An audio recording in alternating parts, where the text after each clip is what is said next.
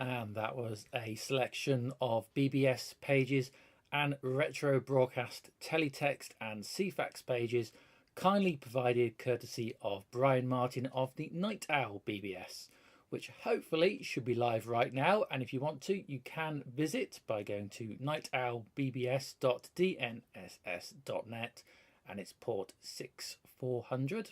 Alternatively, if you're like me and want to join in online on the web, the address is fish.ccl4.org/js-night-owl.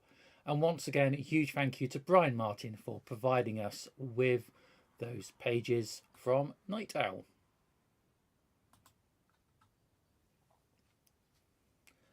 A very good evening. This is youtube.com/Wi-Fi sheep. The time has just gone at 20:05 100 hours GMT.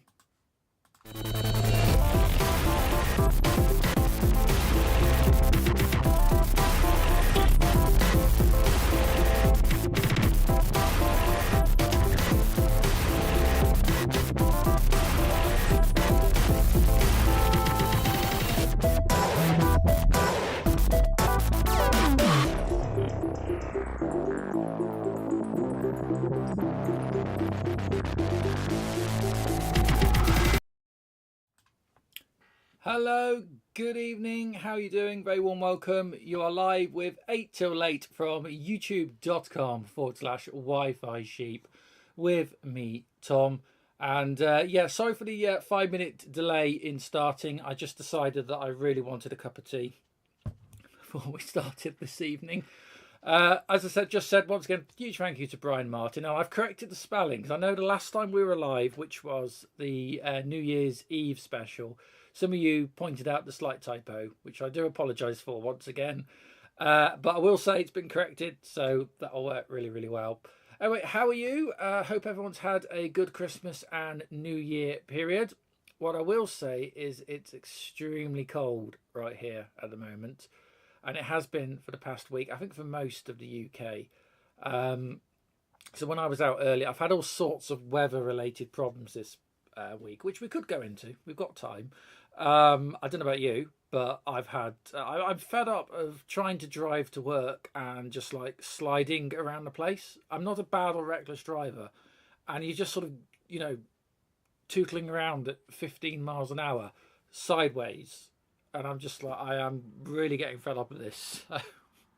Hopefully we'll have some warmer weather on the way. Before we get started this evening, we should probably say hello, warm welcome, and thank you to all our fantastic Patreon and YouTube channel members. There they all are on screen now. Huge thank you to each and every one of them for supporting me and the work that I do here on YouTube and, of course, other social media platforms under the Wi-Fi Sheep umbrella. If you want to join them in helping support me, you can do so either via Patreon. It's patreon.com/Wi-Fi Sheep, and you know the score by now. Alternatively, YouTube channel members right here on the YouTube platform. Base support starts from 99p all the way up to £2.99. That's British pound sterling prices. Those will be converted into your local currencies. If they can't be, you'll see them in US dollars. Once again, huge thank you to everybody that makes this possible. Yeah, so welcome back to the first 8 till late, the official first 8 till late of 2025. I hope everyone had a good Christmas and New Year, as I said. For me, I've just had the first week back at work, the first full week back at work on my brand new full-time technician's contract. I'm sure many of you know what I do now, but for those of you who don't, I work as what's called a mechatronic. So I'm a robotics and artificial intelligence engineering technician for Harper Adams University here in Shropshire, which is kind of a dream job. It's kind of difficult at the moment because there's a lot to do, but it's, as you can imagine, it's right up my street, the kind of thing I do. And doing this channel and my sort of back catalogue of both public YouTube type work, the print articles that I've done, and also the work I've done as an engineer and designer for other firms and companies, kind of really helped me in getting that position. Hence why we kind of actually started doing these live streams more regularly, just so I could keep content on the channel, as obviously I won't have time as much as I did have for making the videos. Still want to make videos, and we still will make videos, don't get me wrong, but as I said, we won't be doing as much as I used to because I'm now working 5 days a week.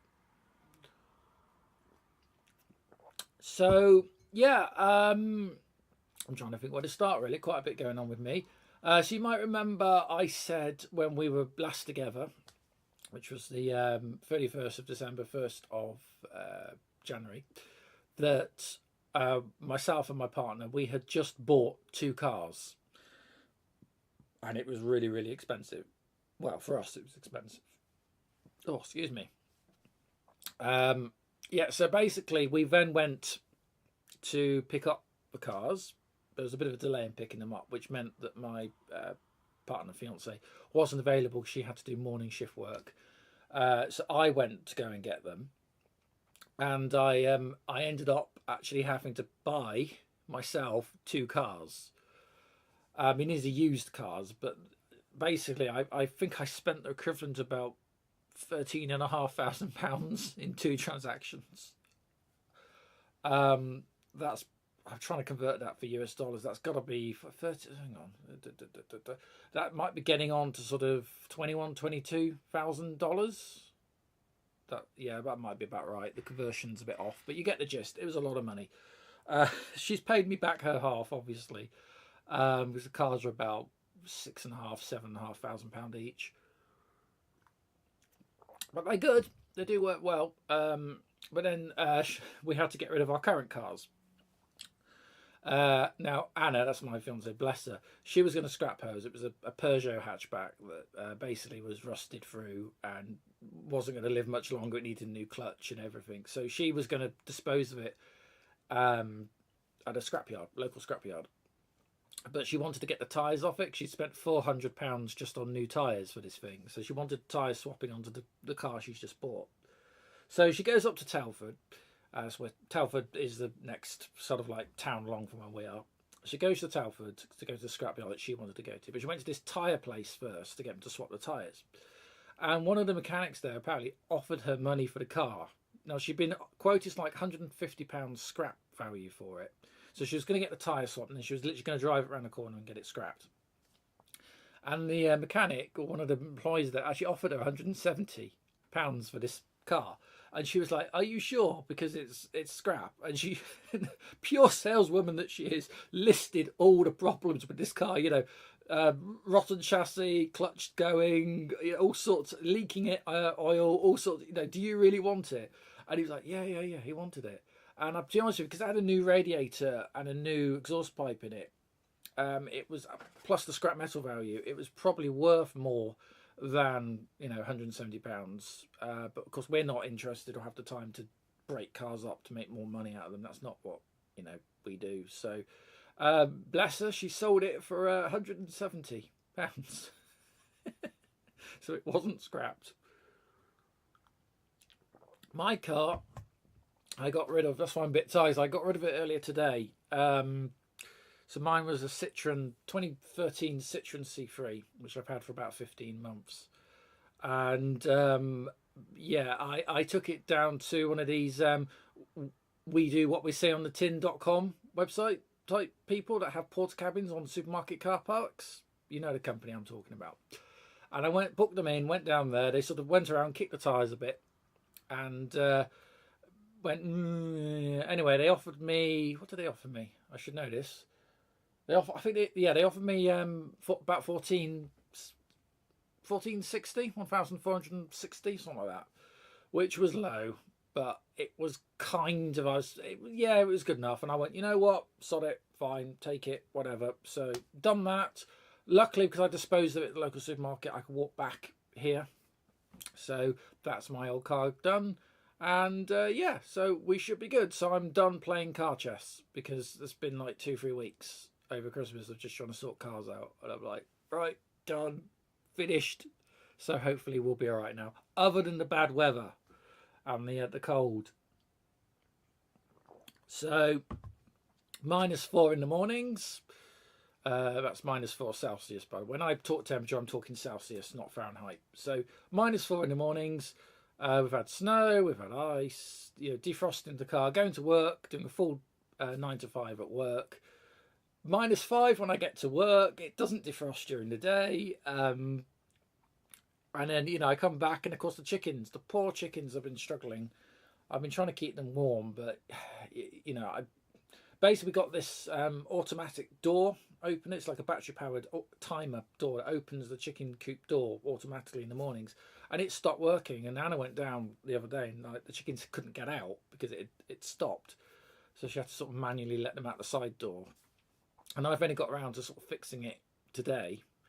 Well, I say fixing it. What happened is it's because it's in a really inaccessible place in the chicken coop. So we got the big bit, the chicken coop at the back that you could walk in, and then we have this what's called the run. So we've got the coop, it's the bit they live in, and then you've got a run, a big walk-in, man-size walk-in run bit at the back, and there's like a half-size run that you can't walk in at the front, and that's the front bit is where the blooming automatic door is, which you can't access from the outside. So Muggins here had to go and crawl inside the lower half-size run area. Luckily the ground was frozen, because put it this way, the ground in there is not soil, put it that way, it's more chicken manure. So luckily it was all frozen, so I put down paper feed bags, chicken feed bags. I keep some empty bags when we buy the feed for them, so I put down some feed bags just so I got something to kind of lean on, crawled in, and then with a screwdriver I had to undo this module to then put new batteries in, and then reset the clock and the timer on it while pushing buttons on this little LCD display inside this. I got the roof is like that. I'm literally cramped up inside this chicken run. And the birds are all sitting outside watching me going, what is going on? But luckily they're all doing all right. And tonight is meant to be the last night or bad night of it, and then we're getting up to 9 degrees apparently. So that's all good. So hopefully next week will be a little bit easier than this week's been, just because the cold, I don't mind the cold so much, but it was just, we've had over a week of it, just consistent minus temperatures, it not getting above freezing during the day. And I don't know about you, but my house gas heating and electric bill, oh my goodness, yeah, that's expensive. I've got one of these smart meters that tells you what you're using just to keep the house at an ambient. We're not superheating it or anything, but just to keep it at an ambient temperature. It's like, how much money? So yeah, here's to some warmer weather next week. Now I'm just going to have a quick look at the chat. So, because, and apologies, I haven't been ignoring any of you. I just haven't had the chat window open. So we'll say hello to Findus. We say hello to the Imp67. It's one of our YouTube channel members. Daniel Garrard, Paul OB, or Paulie OB, I should say. Yes, good evening, everyone. If everyone wants to chime in on the chat, please feel free. I am looking at the chat now, so I've got that open. And Findus is saying also bad weather here. Yeah, I think it's bad weather everywhere. I'd be interested if I never pronounce his name right, which is terrible. Davey or Gertmorn, something like that. Gertmorn or whatever he's called. Whatever he's called, that's a bit impolite. But you know what I mean. I always I say Gertmorn, which isn't the right name. But if he's comes on the chat, if he's around, be interesting because he's up in Scotland. So I'd be interested in what it's doing way up north. Technically, if you've got the whole north-south divide of the UK, so the north-south divide technically is Crewe, Cheshire, which is north of us. So technically speaking, we are sort of the south, but we are like nowhere near sort of like Bristol, Oxford, Cambridge, M25, London south, you know, like the proper south. We're kind of, well, we are what would be the Midlands. But we're not Birmingham because I'm more out towards where I border Wales here, so I'm kind of central England, more towards the west, or that way, sorry, towards the west, and yeah, sort of we're the last. Shrewsbury, where I am, Shropshire, is the last town before you cross the border into Wales, so we're kind of what we call the Welsh Marches here. So we are sort of semi-rural, as many of you know. So it's just been cold. Denmark, right? Yeah, now that's an interesting question. So this. Talk about weather. So this weather front that's hitting us, it's coming off the Atlantic, it's heading north, so it's going over the UK, so it's coming from the south. That's why it's cold, because it's entrenched from the south, I think, and it's heading up. So it goes over the UK, over the English Channel, North Sea, and then into Europe. So the question is, I mean, Denmark is normally a little bit colder than us anyway, but what's the temperature doing in Denmark at the moment? And are you getting the same cold front that we are? I'm assuming you would be. Probably worse actually, because by the time it hits the continent, the UK being an island, you don't get the high concentrations of weather. Whereas when you hit the large land masses like the US or the European continent, you start to get sort of much worse weather. We'll also say hello to Martin Parker, who's joined us. So I'm just looking at the chat about 0C. Yeah, so when I was out earlier, the greenhouse, which is always a little bit warm, reckoned it was -1. I think it feels cold out there, so it might be about 0, -1, something like that. It feels a lot colder, but now there's a wind chill this evening. I'm just fed up. Oh, excuse me. I'm just fed up of playing ice rinks, trying to get to work. And trying to take my car down to the supermarket this morning to sell it off, and I mean, I sort of went sideways. I was just like, but it's not worth buying. It's not worth buying cold weather, like snow tires or anything like that, because we don't get the weather is not persistent here to justify it. So yes, this is a cold snap, but most of the time it'll be about well, most of you from the UK will know what it's like normally. Sort of 5 to 8 degrees normally, wet. It's more about flooding is more the issue than frosts, etc. But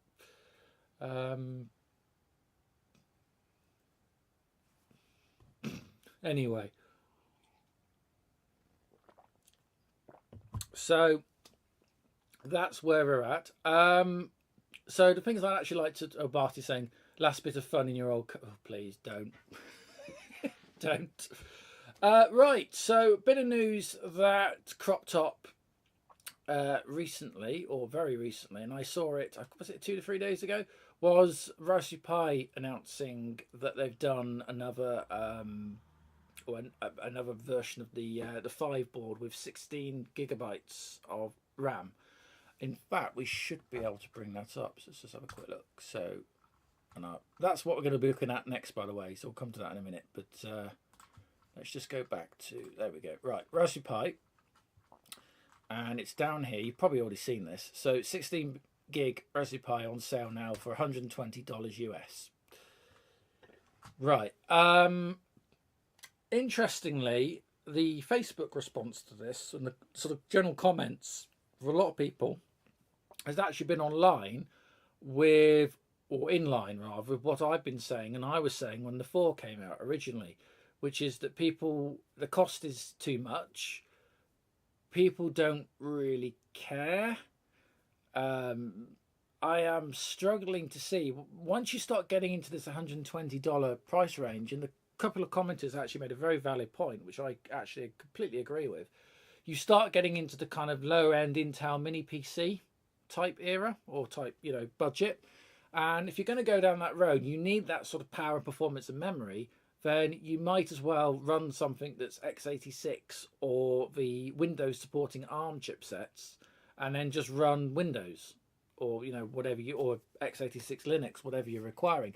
You start to get into the question of what's the point. Plus the fact these products are still missing onboard NAND flash storage and the ability to operate without SD cards. I know you can get modules that you can fit to be able to run without SD card, but a lot of the competitors, and I mean a lot of the competitors, are now running with flash onboard storage that you don't need SD cards for.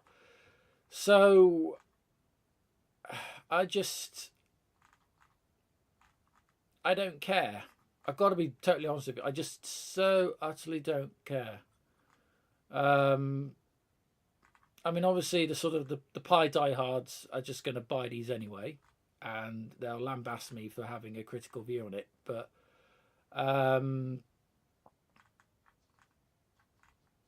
yeah, I mean, you can read all this for yourself. This is just on the main raspberrypi.com website. But the point I'm sort of trying to make is here we are. So basically, now I will just prefix this with these you might remember are actually sponsored. So the problem you've got in the sort of Pi world is that you've got Chinese alternatives that are actually producing things now that are equivalent to the Raspberry Pis, and in some cases spec-wise are actually better. So a good example would be the Banana Pi Zero. It's actually two. They do different Zero form factors. Now, again, I'll just stress, I'm not being paid or sponsored to talk about these. I have these because these were part of a sponsored thing I did with the Banana Pi company to make videos at the time. And obviously, I've still got these boards from when we did that. But here's a very good example. So their form of the Zero, which is in the same form factor as the Raspberry Pi Zero, their one is not artificially restricted, as in you can buy multiples of these as you want. It's the same form factor, apart from it uses USB-C instead of USB. What do they use? Micro, wasn't it? Micro USB on the Pi. But you can actually get these very easily. Plus the fact they don't. I've got it running on an SD card, but you actually don't need to run these with an SD card. You can actually flash. They have onboard NAND flash memory, which for this one, which they also called a Zero, but the form factor's different.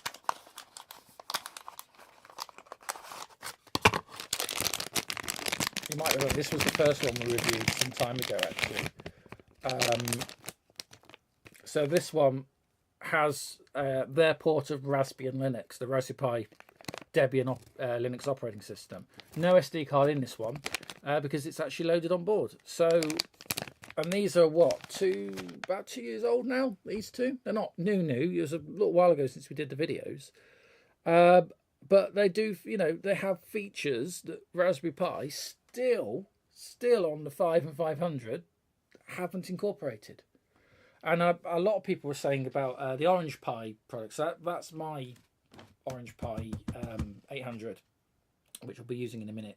But a lot of people are saying, I'll just get the Orange Pi. And Orange Pi are making things like their 5 and 5 Plus and 5 Pro boards have actually got quite a following because they use the Rockchip ARM CPU. And the advantage of using the Rockchip ARM CPUs is those are octa-cores. So they're 4 64-bit quad cores, and they have 2, so it's 8 cores in total, 2 32-bit ARM cores, which means they are capable of running 32-bit code or stuff that can't run in 64-bit mode, such as, and we come full circle like we did last time, back to RISC OS.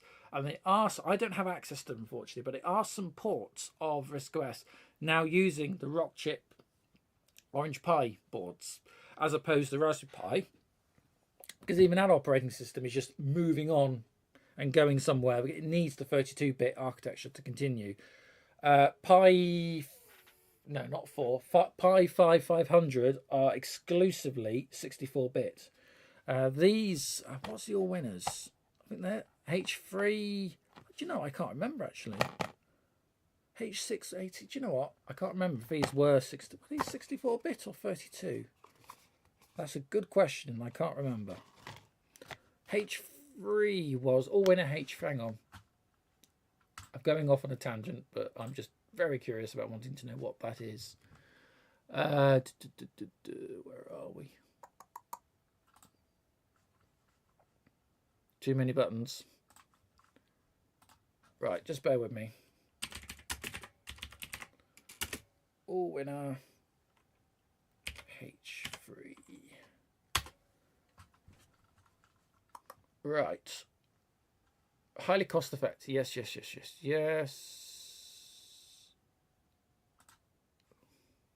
Can get some sales blurb now.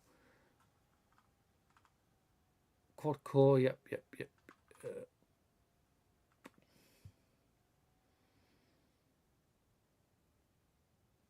A7. That's for 64-bit, isn't it?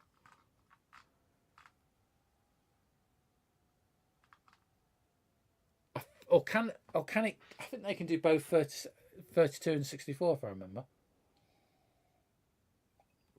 Got to love the way they package these things up to look a bit like Intel. But yeah, I'm not a huge. I prefer, out of the alternatives to the Broadcom chips that you get on Pi, I prefer the all winner. Oh, sorry, the Rockchip ARM chipsets over the all winners. Although the all winners are, I guess, cheaper, so we end up with them. Where are we?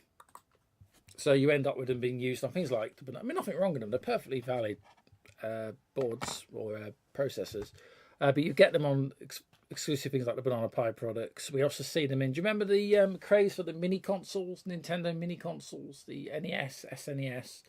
And even where they weren't from Nintendo, the Commodore, the C64 and C64 Mini, they all use Rockchip.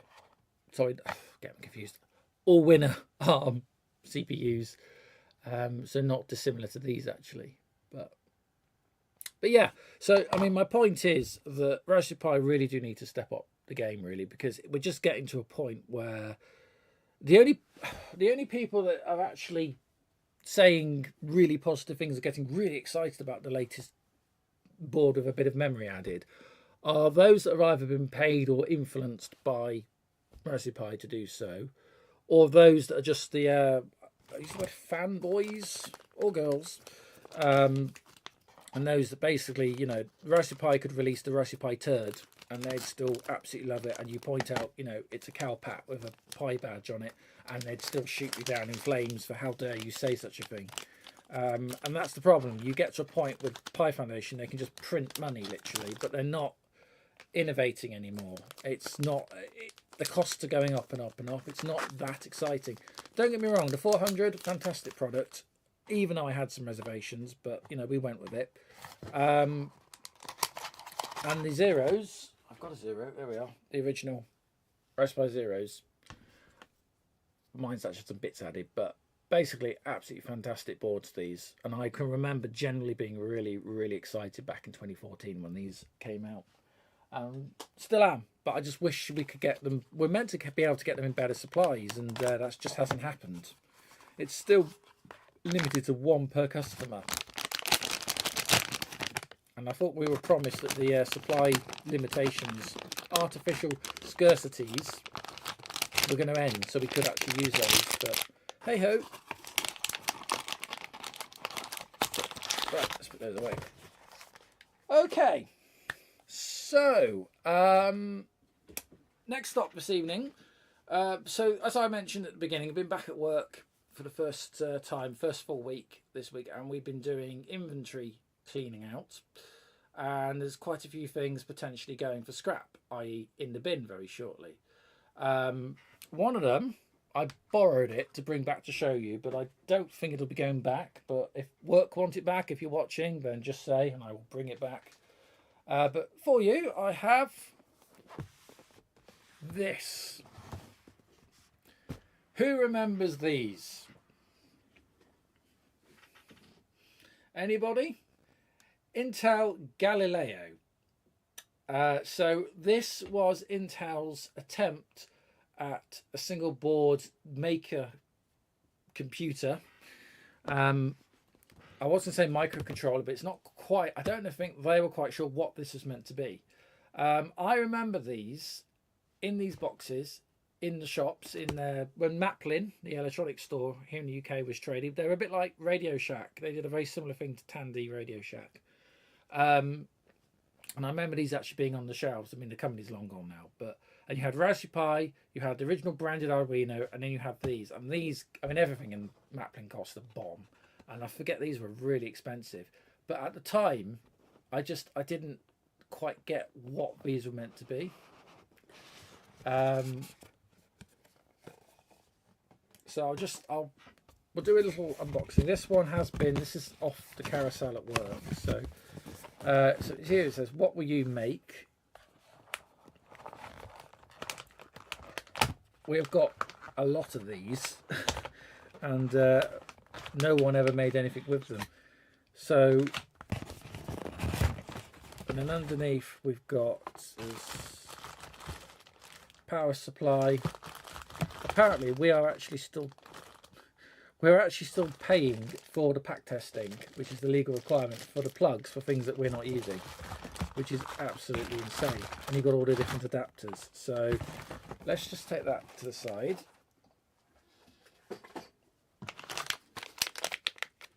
I'm not sure this has ever been used, you know.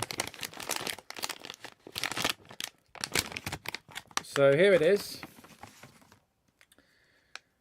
This is an Intel Galileo. There was two generations. I believe this is the first generation, generation 1. And it's x86, 32-bit x86 architecture. They came out in 2012, I think. And I think they were finally discontinued in 2017. And it's Intel's attempt at basically creating a Raspberry Pi, except I don't think they knew what they wanted to create with this. So it's x86, and I think they came with a Linux kernel preloaded on board. I think there was some onboard flash storage and memory, as well as SD card. You had some limited GPIO out. And you could also get a version of Windows for this as well, believe it or not.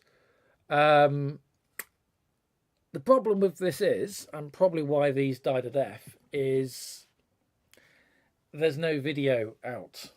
So basically Intel, back in around 2012, 2013, or whenever these came out, they could have created one of the very first x86 mini PCs on a board. But they then decided, oh no, we're going to try and go after the Arduino market. So it's not quite Raspberry Pi, it's Arduino. Very expensive Arduino. So it's effectively x86 CISC architecture. That's complex instruction set computing, for those of you who don't know. CISC architecture for effectively microcontroller purposes.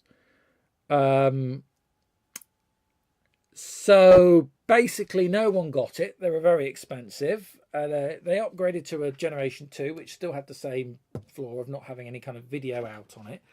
It's not a PC, and it's a sort of slightly overhyped microcontroller. Yeah, so I haven't a clue what on earth we're going to do with it. I'm going to try a few things this evening. By the way, I haven't just bought one back. I've bought where they're gone. I bought a few back because I have a feeling they're going in the bin.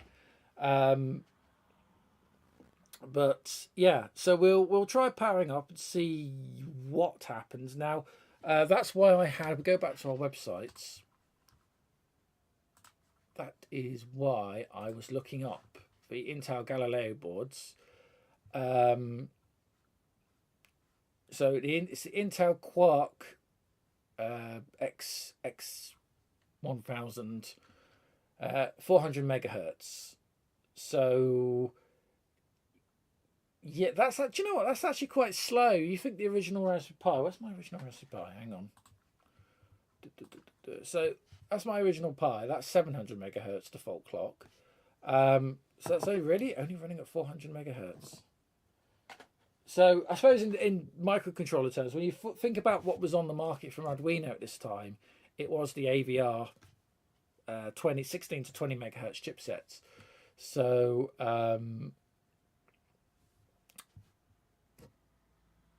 so yeah, these were, I suppose, for microcontrollers quite powerful, but for PCs, yeah. I mean, at work, I think tried to do something with this. This is before I was there. They tried to do something with these apparently, or some of these, and the code they compiled kept crashing. And just on these, they were just declared as unstable as a platform. So, yeah, I guess what we need to do then is power it up.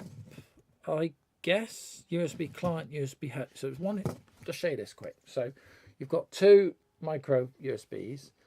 And we've got USB client. Hang on, there we are. USB client and USB host. Right.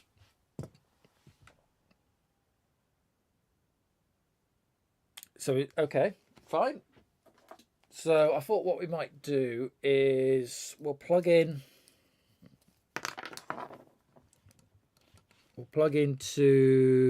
So his client is host the host. Hang on, let's put the adapter on. Right. Let's just see what happens. What's the worst that can happen? Okay, we're going to put that in there. And this is why the Orange Pi is on the desk. So I'm just going to tap into the Orange Pi.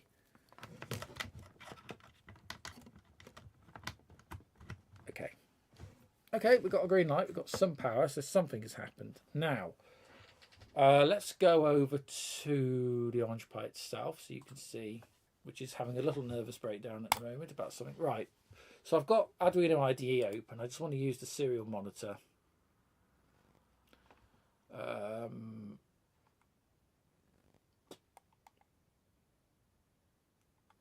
Saying that, does it need drivers? Would it even...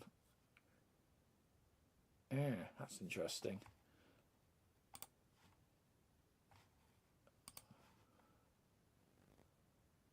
Okay, let's just try changing the...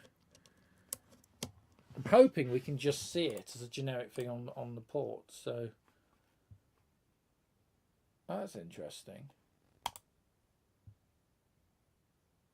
Okay, I was trying to avoid using... Let's just go back to... I was trying to avoid using the host PC or the... another dev board, actually, the UE2X1, that was another sponsored gift that many of you know. It's just off camera over... Where am I? Over here, just off camera. And that's actually the Windows 11 running x86 PC board that's actually driving the stream you're looking at. Again, that was another sponsored gift. So let's take... That's the mouse. Let's take this out of here. And let's just tap it into Windows. And I haven't set this up. So I wasn't going to do this on the stream, because if it all goes horribly wrong, it's going to take the stream down. Let's plug that in. Interesting. Okay.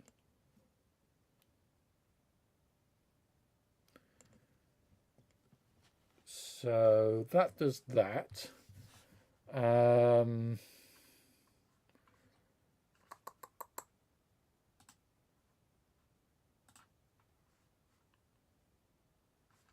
we need got Arduino IDE on. I don't think it's going to see anything. And I have got putty and terraterm, so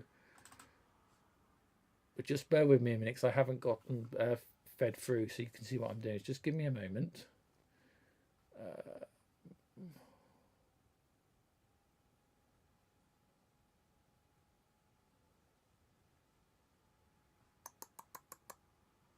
Basically, what I'm saying is, can we go USB via serial and get something out of these, or do I need some drivers? I think we might need some drivers, you know.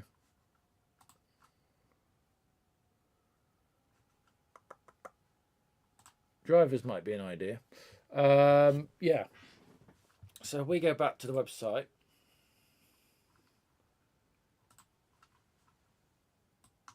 Oh, that's not what I wanted. Okay, there we go. So downloads. So I hope you're seeing this. Yeah. So Intel. Hang on. There we go. Right. 2015 was the last drivers.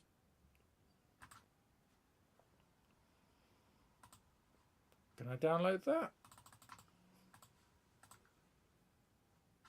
Oh, right, okay. Mac OS, Windows 8 and 10.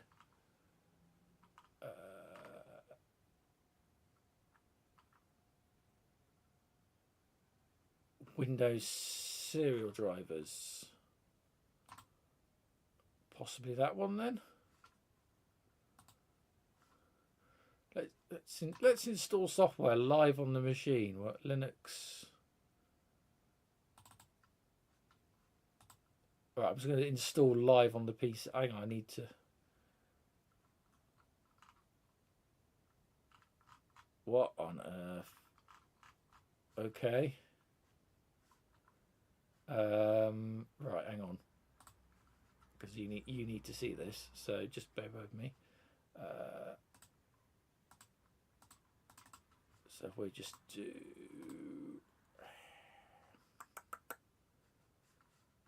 I haven't set. Do you know what? I haven't set desktop up. I should have done that. Okay, don't do that. Right. Hopefully you can see what I'm seeing now.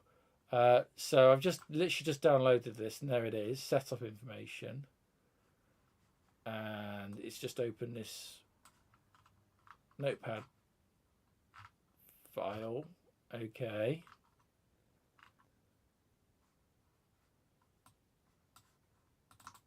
So if I double click that, what does that do?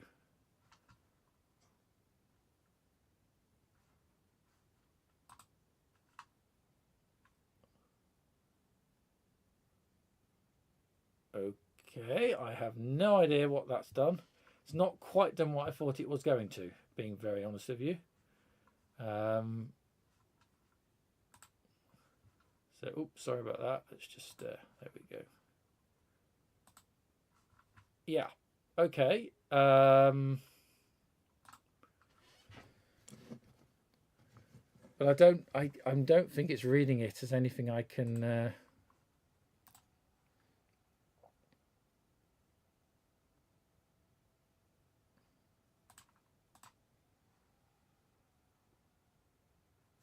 Again, just bear with me. So.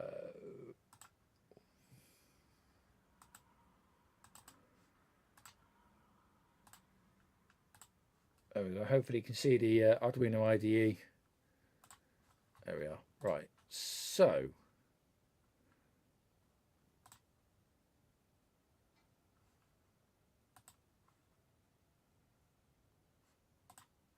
But I have no idea what any of the baud rates this would be running at. Probably be running at higher than that. Let's just unplug and plug back in again.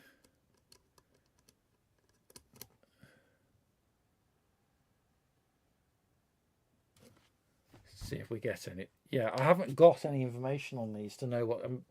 Intel have basically pulled all the support for it. So.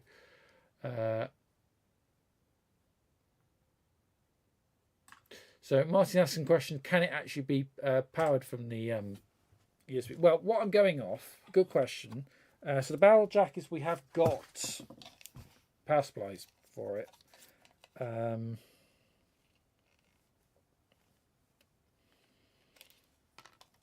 I guess we could put one in. I've got a spare plug somewhere. He says. Again, these have never actually been used, so let's just put that in and see what happens. By the way, I have got a backup plan for this evening. So if we find ourselves at a very loose end, just bear with me. Swap some plugs around so we stand a chance of plugging something in.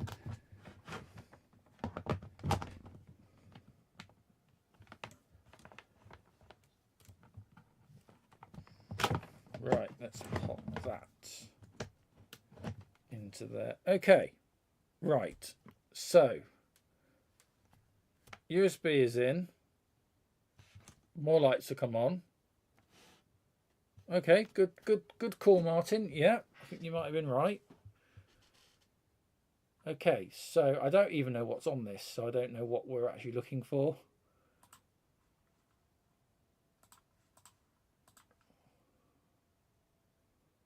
So we just take the serial port out a minute.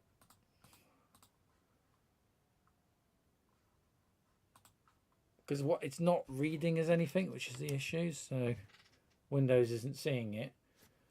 So I don't know what on earth is going on, in all honesty. My hope is we could have just seen something on serial monitor.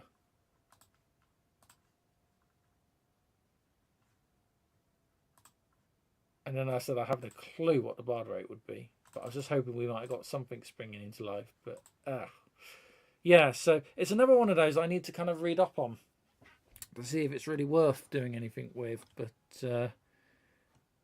it's an interesting device, I guess. But again, it's just one of those kind of obscure things that kind of, you know, it's got a, is that a standard Ethernet port? I'm just thinking. I don't know where my Ethernet thing's gone actually. There should be a cable in here. Looks slightly strange in size. Is that standard? Have I got a Cat 5 lead, Cat 6 lead around to test that with?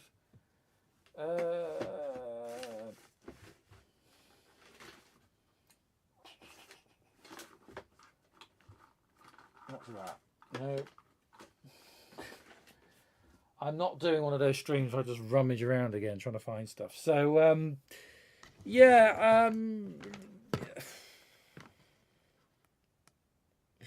I don't know what's on this, if anything's on this. So it's, yeah, interesting-ish. But I do know work had quite a lot of problems with these boards in getting them to actually do anything, you know, remotely useful.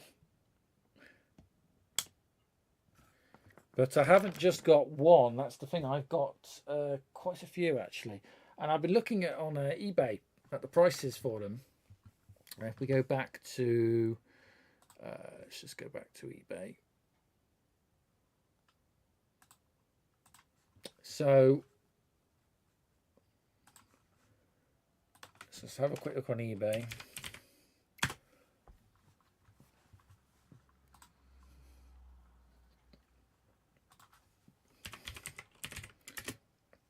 Intel, where are we? Intel Galileo.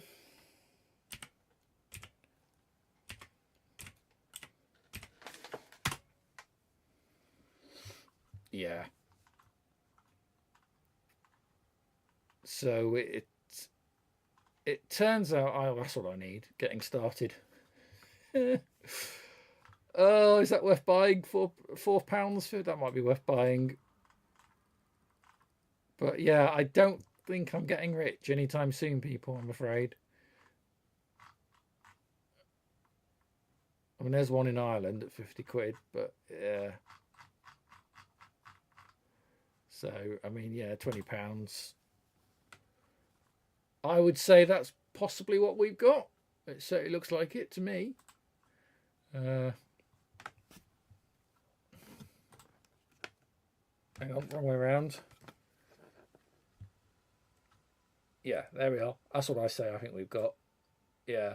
So they're really not worth anything. I mean, for me, the curiosity, if I can get this working, and I think the big thing would be to try and there's meant to be some Arduino libraries for it, which that might be worth trying. Thinking about it, because I was thinking I'm not so much interested in the operating systems that came with it, because I just don't think we'll do anything with them. I was just thinking, just out of pure curiosity, and this was for myself, if it would actually run the Tiny Basic kernel, the one I've been working on for Project Rio and Tiny Basic Computers, the series here on the channel. I've never tried compiling that source code for x86, so that would be interesting, just to see what this would do. It's meant to be, and again, this is going to be horribly slow, but we could try it. If we go back to, just bear with me. There we go. So, and again, I appreciate you might not be able to see half because it doesn't show the menus when I click, but just bear with me. So, if we go to board manager.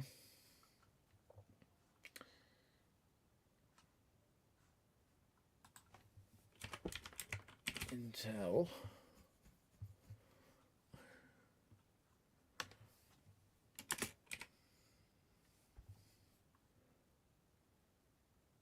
There we are, including Galileo.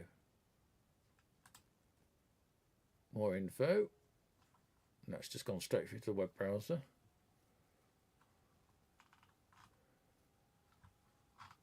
And I'm not sure, hang on, let me just copy you through so you can see what's just like happened. So I am not sure that's what we want.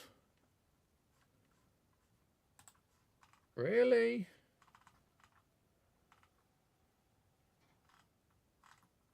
Yeah, well, of course it's because it's completely...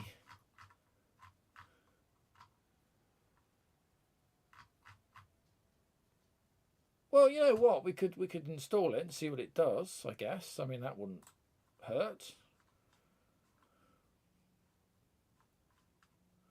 And we'll just, well, in the chat, we'll just say good evening to Gartmorn, who has joined us. Quick question: we're having a discussion about weather and cold weather.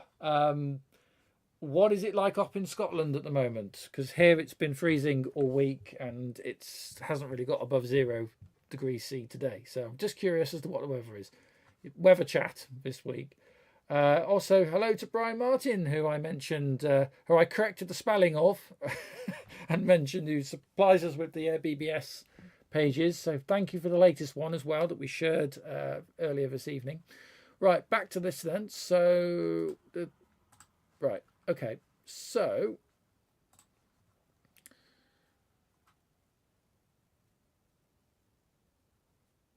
install, he says, not thinking this is going to, it's an i5 x86. Okay, well, it's not going to be a 486, is it? So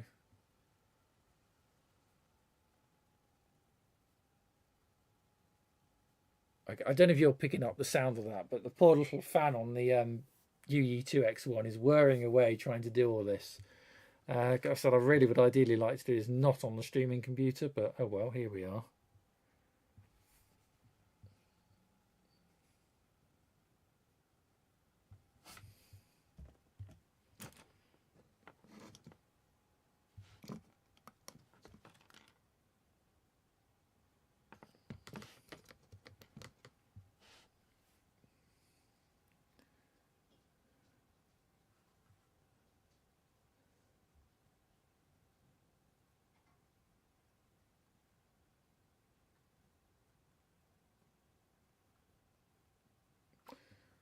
While that's happening, I just want to show you this. So I've not turned anything off, he says. Or have I? Oops, that's the wrong button. There we go. Right, hang on. If I turn that off.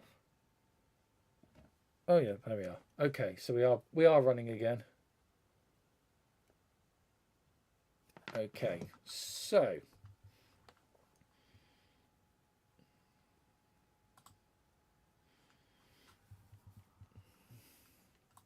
this is taking its sweet time.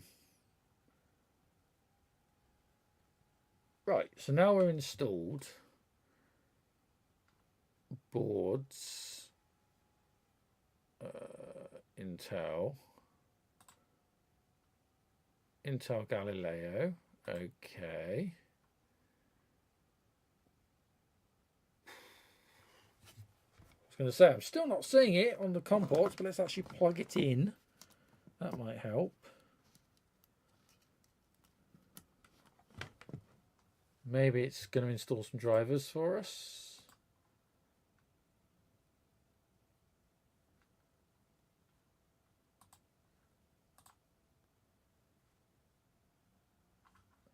I'm just wondering if we need to go to examples, basics, and just a blank.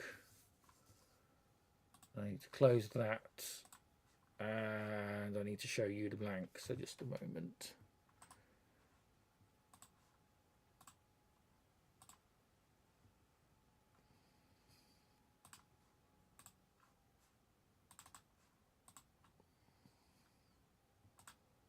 There we go.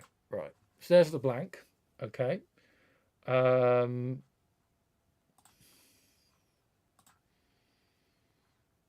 Board info. Well, it's seeing something on port 6. It is seeing something on COM port 6. Serial monitor.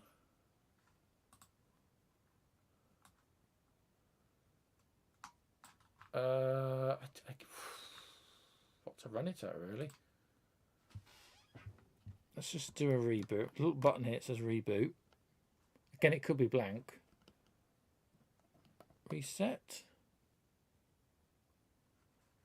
I was hoping you might get some sort of, something down here, but maybe there just isn't anything. So can I just upload this blank sketch? Does that work? Upload. Compile.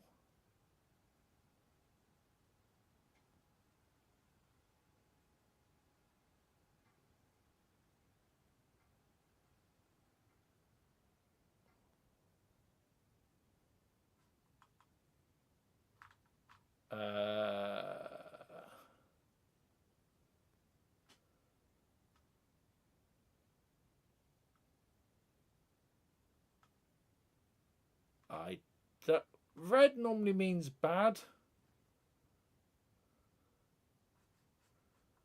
So I don't think that's gone terribly well.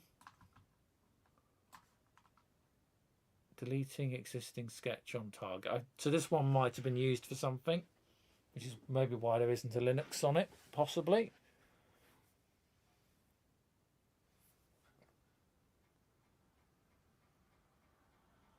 Echo deleting existing sketch.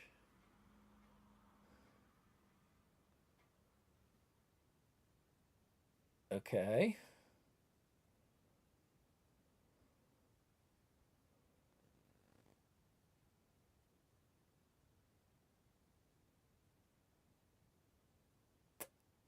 Well, something's happening.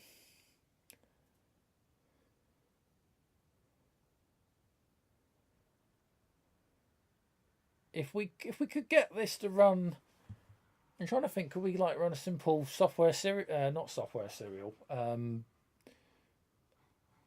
just so could we get it to like echo something out? If we could see it echoing something via serial, then that might mean we might be able to run the basic interpreter. I'm trying to think, have I even got the basic interpreter on the host PC? Possibly not. That's why I use the Orange Pi. It's my main development machine, but this is taking a long time. I've just realised you can't see off the bottom. Hang on. There we go. Right, there we are. Move existing sketch on target. Deleting existing sketch. Yeah, okay. Well, something's happening. As I said, I've just been told by colleagues that tried to use these boards for development that they didn't have a lot of luck. So, yeah.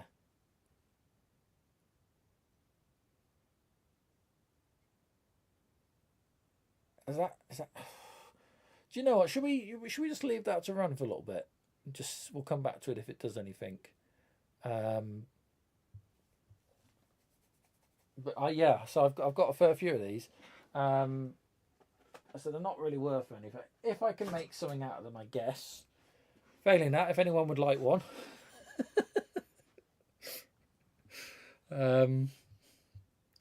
share the love perhaps. But they're saying they're not mine to give away at the moment, so we'll have to see what happens at work. But if they're going to chuck them in the bin, I'll take them. But yeah, I'm not sure what I'm going to do with them. Being very honest. Right, where are we in the chat? So Essex has been frozen. This is Paulie AB for the past few days. Yep, so is Shropshire. Brian can confirm. Are you up in Scotland as well, Brian? I didn't know that.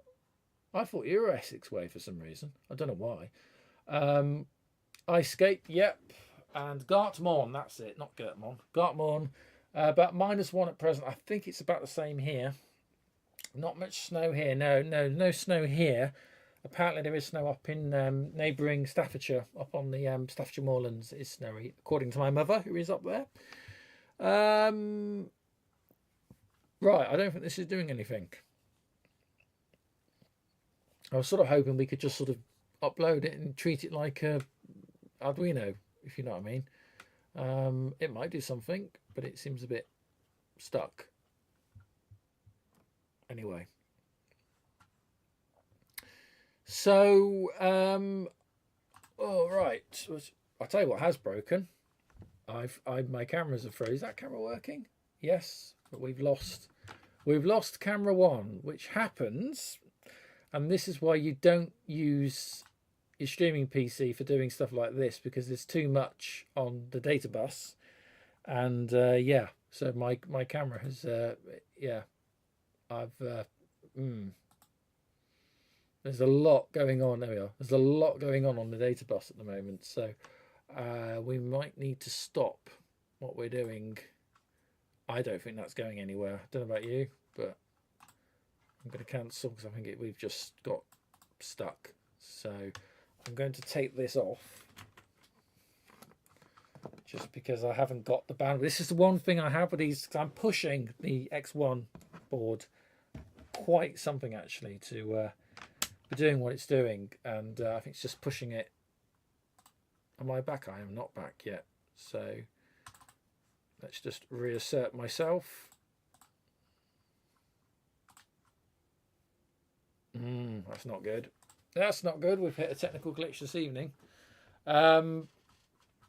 Yeah, so basically what happens is you've got X amount of bandwidth available via USB controller on the board, and if you start pushing your luck a little bit by trying to stream with multiple camera feeds and start trying to upload and run drivers and stuff, you can upset the balance of things, and it knocks the camera out, as you've seen here. So I'm trying to, do we start pulling cameras out live? Possibly. That always ends well. So there you are. I think it might be catching up now. I haven't pulled anything out, by the way, so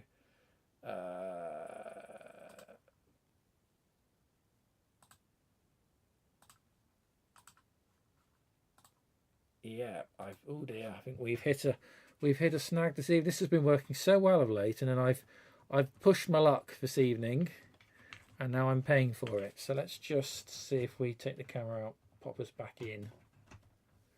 Bearing in mind you've got the audio is also, mic is also on the same USB line, so let's just see if I'm going to show back up.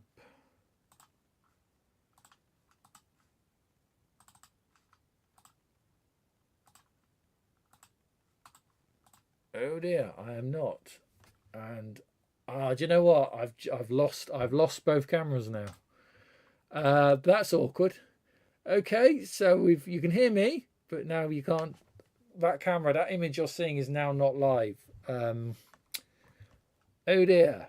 Okay, so we've really upset things. I said I was pushing my luck, and this is why I bought the orange pie over, which you can actually see on screen, because basically it doesn't affect. You don't do stuff on your streaming machine because you've kind of pushed it too far.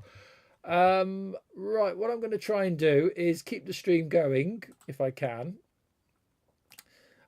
So we'll go back and we'll have a couple more pages, I think, of BBS, just so you've got something to look at and listen to while I see if I can get our cameras back online. So yeah, just bear with me.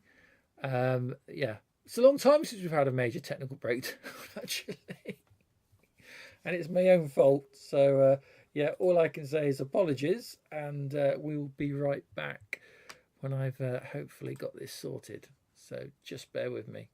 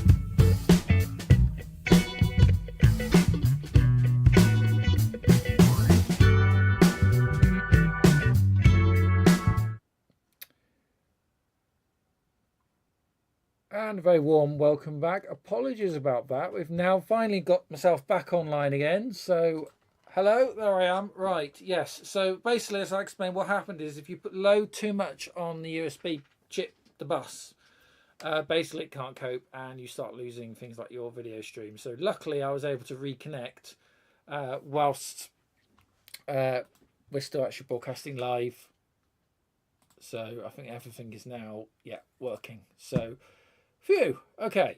But yes, to answer Brian Martin's question or point there, yes, 85, yes, would be 2 years before I was born. So I was born 87. So yeah, so 85 is actually, yeah.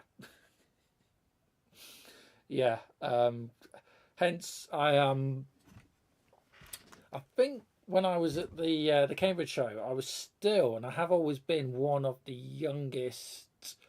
I don't know if I was the youngest exhibitor. I think there might have been someone who was about a couple of years younger than me. But normally I am the youngest or one of the youngest members, and have been for the past sort of, you know, in some cases, not so much retro computing, but in other things like the model railway clubs and stuff I used to be part of.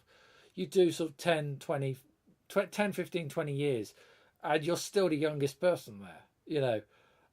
So in retro computing, yeah, everyone's always slightly amazed. They think I'm in my 40s, and I'm not. I'm not 40 yet. But for me, as many of you know, we had the BBC Micros at school here in Shropshire right through the 1990s into the 2000s, and that's where I used them about 10 years after everyone else had used them, if you know what I mean.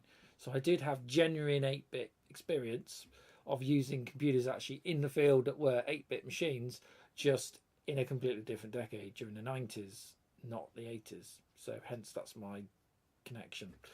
Anyway, right. So next thing I'm thinking to do, I'm thinking about wanting to get a cup of tea shortly. So need to put that somewhere out of the way. It's called on the floor over there. So one next thing I thought we might look at, and it's in connection with what we've been trying to do the past two streams. I haven't got the Agon set up this evening. It is here though. So let's just wrong mouse. Let's go back to, there we go. So Olimex. So this is Z80 computer board, boasting itself as, you know, one of the perfect 8-bit hobby computers, modern hobby computers. And yeah, I mean, I'll give it its due. It's a Z80, so it's a real Z80 chipset. There we are. It's there. But it's actually ESP32 driven for all the AI.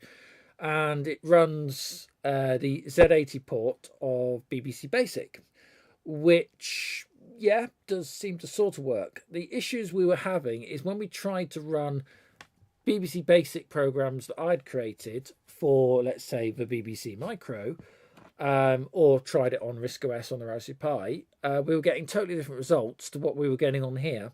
And for whatever reason, it wouldn't accept any of the programs on the SD. So if we had a ASCII encoded basic file and we saved it as a .bas or a .bbc, even if we did it from an Acorn running machine such as a Raspberry Pi running RISC OS, it just kept saying bad program whenever we tried running on here.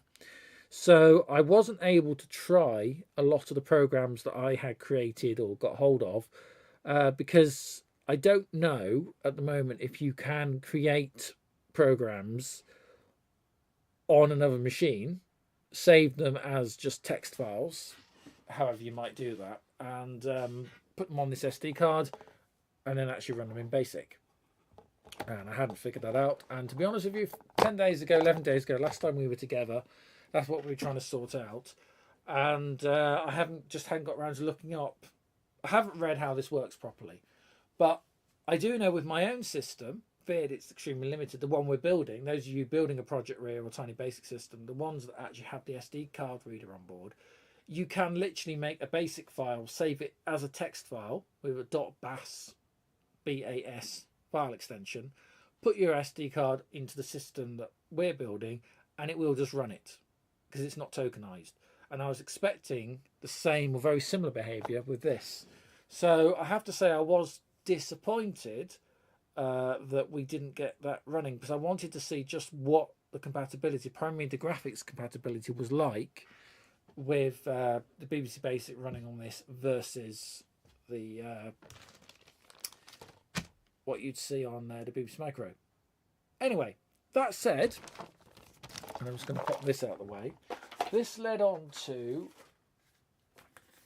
this book, which I said last time was the one programming book that we actually still had in my primary school library when I picked this up around, it's not actually this copy, this is my own copy, but this would have been about 1998, something like that. And inside, it basically was the only book that gave you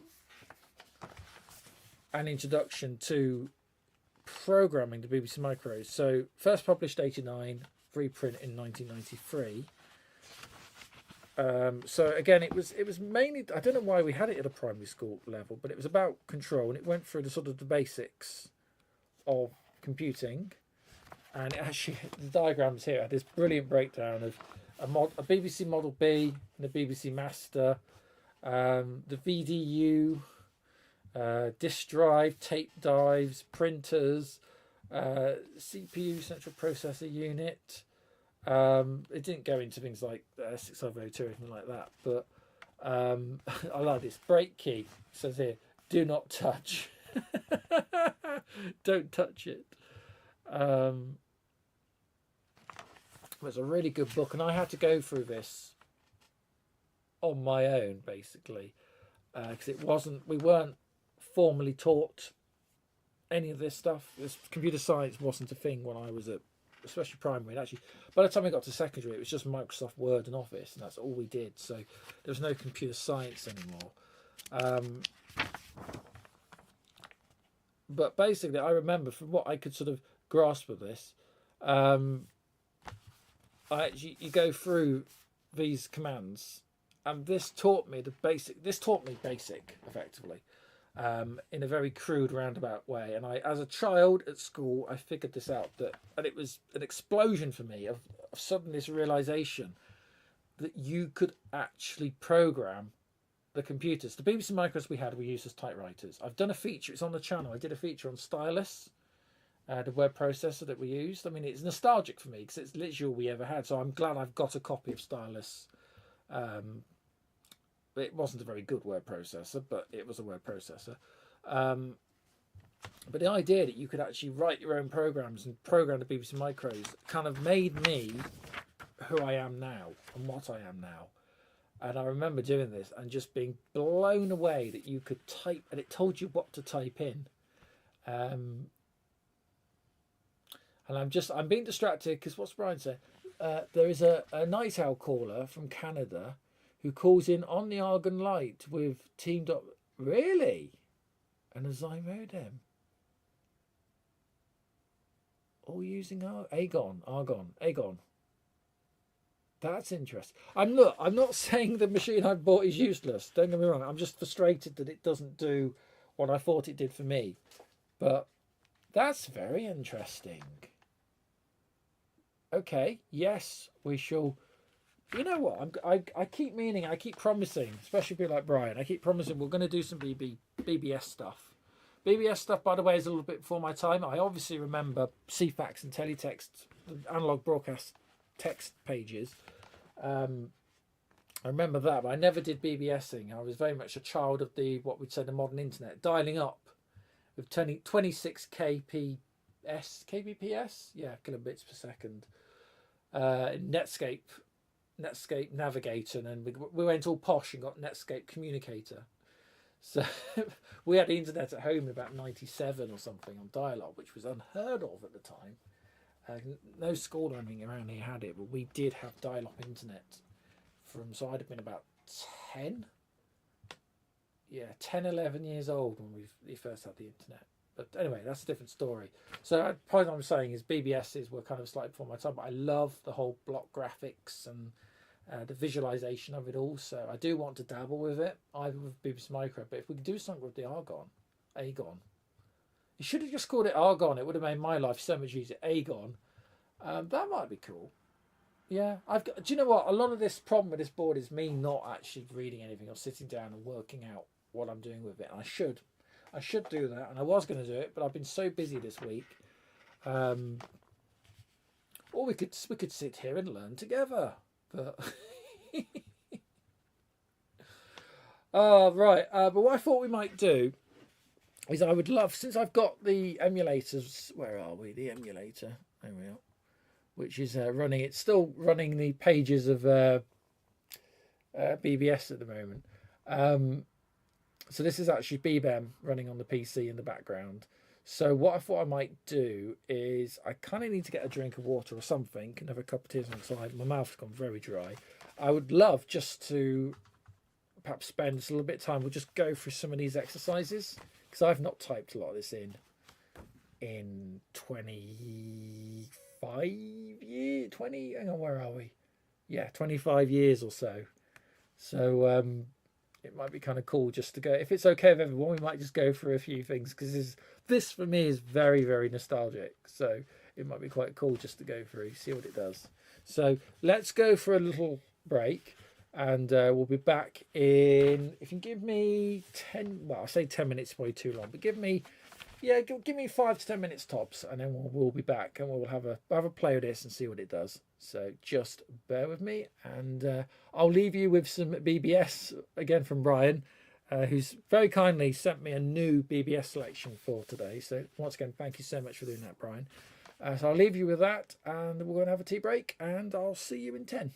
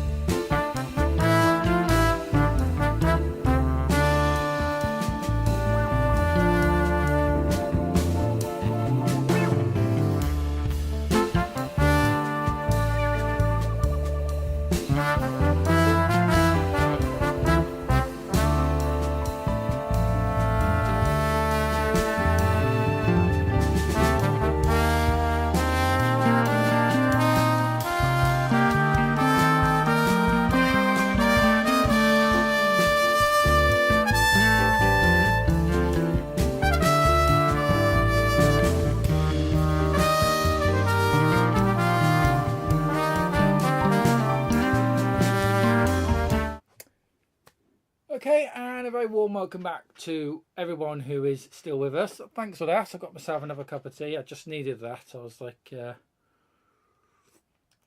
it's one of those nights, I'm afraid. Yeah, so basically, things with the Aegon light board we were talking about, and also these Intel Galileo boards. There is method in the madness as to why I'm interested. Well, one, I'm interested in the Aegon anyway, just because of its BBC Micro heritage, I suppose. But especially in relation to our project, it's always good to look at what I say competitors. But we're not. I'm not making a product at the moment, so we're not competing. But it's always good to see what else is going on and to try out other people's devices. But I do. There is a master plan and a reason why I'm so interested in all these different boards. And it's not just. I mean, for example, this one is obviously it's property of work at the moment, and this one I bought myself, if you know what I mean. So, so they're not sponsored, and I'm not being paid to talk about them. So I'm choosing to talk about them. Excuse me a minute. Glasses are just filthy. And now I can't see anything. I still filthy, but never mind. Right. Anyway, right.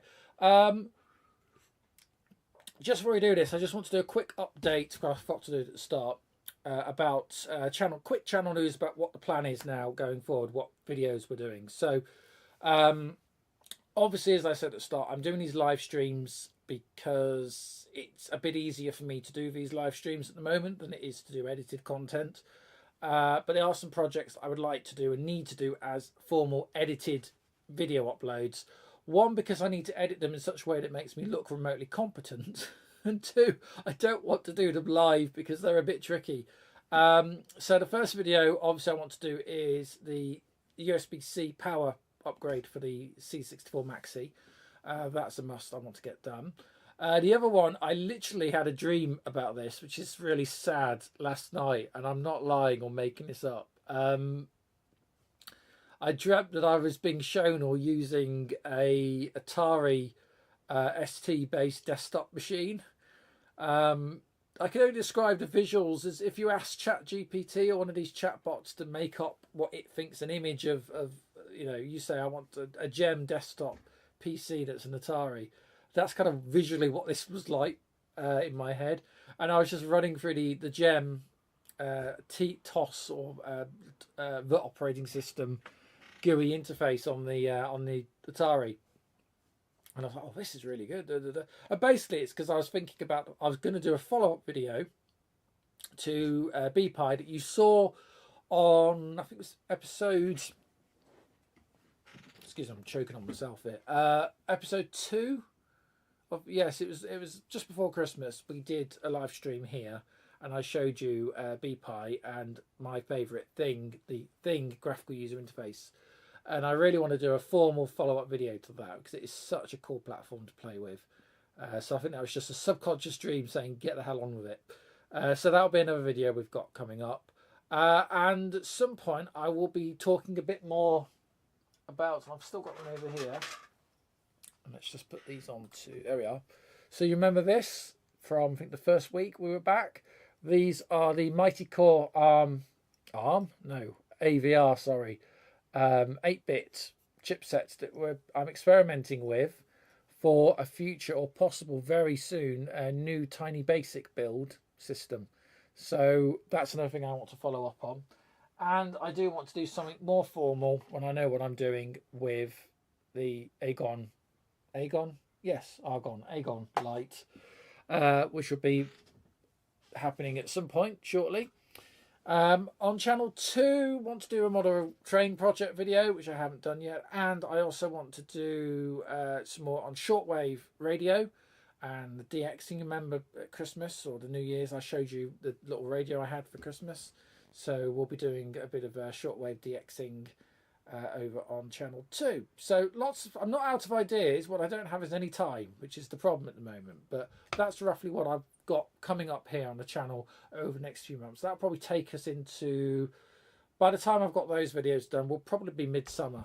So we're going to try and do at least a video a month. So that's the plan. And of course we'll be running the 8 till 8 live streams as well. If it doesn't get done as videos, I guess I'll just have to lump it and do it as live streams with you. Otherwise stuff doesn't happen. So these live streams are a very good way of me just getting content done and projects done in real time whilst you watch me, basically. So in the chat, we've got the Im67 is still with us. Darn good to have you back, Tom. Oh, darn good to have you back, Tom, but we were enjoying the music.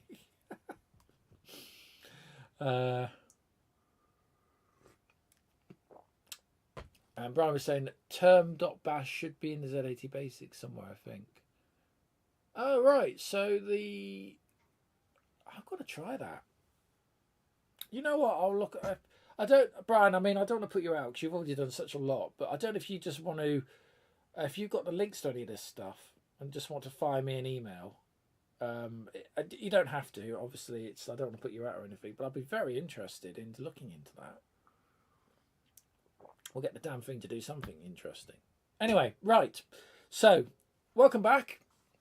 For those of you that are still with me. So, we were looking at this book, Computer Control. And I was just contemplating going through, just for old time's sake, some of these original activities that I would have done 25 years ago. I was going to make a video on this, but it's the sort of thing that works very well on live stream. By the way, that squeaking you can occasionally hear is my chair. I can assure you it's nothing else. It's just this chair, although it's new, is still a bit squeaky. So just have to excuse me there. Right. So if we go back over to, there we go, Beeb user. So we're still running the, we've got Beeb and we'll just have to escape that. Let's reset. There we go. Okay, so this is BBM, probably one of the better of the BBC micro emulators. The nice thing about doing this, so most of this basic would run natively in RISC-OS or the Z80 BBC Basic on the Agon. The nice thing about this is that it behaves as you'd expect because it emulates a 6502 BBC Micro at 2 MHz. So I think should be the behaviour that you would get on an original machine. I could set an original machine up and really should have probably done that for the authenticity, but just for the simplicity, we'll try it here on the emulator. So we do split screen and we've got completely the wrong split screens going on. So do I now mess this one up? Yes, I do. So that's good, isn't it? Right. So we don't want me. We want what do we want? We can't even do that, can I?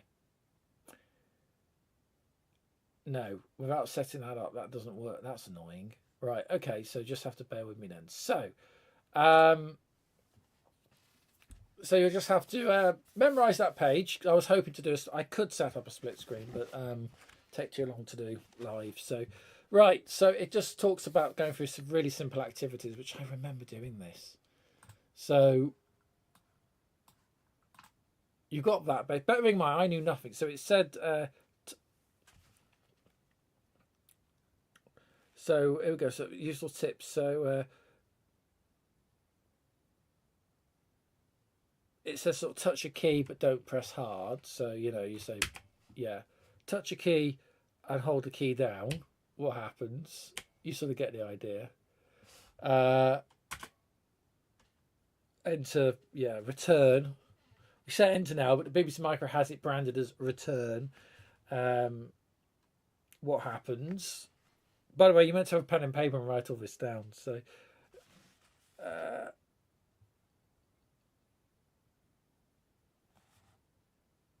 then it's like, so type your name in, or it says here Fred, so you type Fred. Oh, Gocart morning's off. Have to go, Tom. We'll catch up on. Hang on. We'll get this on catch up. There we are. I can't read. Good night, chaps. Well, a very good night to you, sir. If you feel this is worth catching up on, it's up to you. But all the same, your company and patronage is greatly appreciated. So keep warm, and yeah, you have a good evening.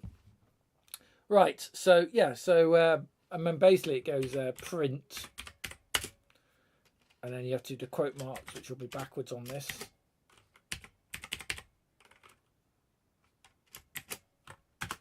Yeah. So this was like, you know, my very first introduction to programming. Then it does the interesting thing where it says, so type 1. I mean, we all know what this is doing, but at the time I didn't, you see. So I was like, what's going on here? So what happens? Nothing happens. What's going on? And then you sort of do list, and then you'd realise that it was in a program, and then you could run the program, and it was amazing.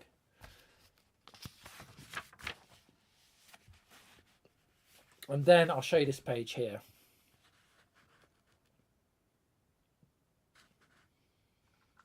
Actually, so I beg your pardon, I've not...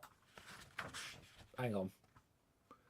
Very sorry, that's what you should have been seeing. I didn't have the correct thing set up, so apologies for that. So yeah, so you can see there what happens with running through what it tells you to do.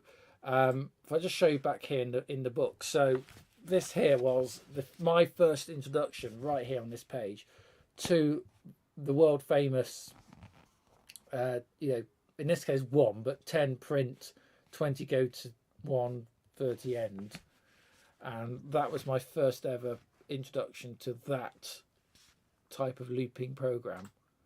So, oh, wrong button. There we go. So I also learned about CLS for the very first time, but yeah, that program. Hang on, I knew.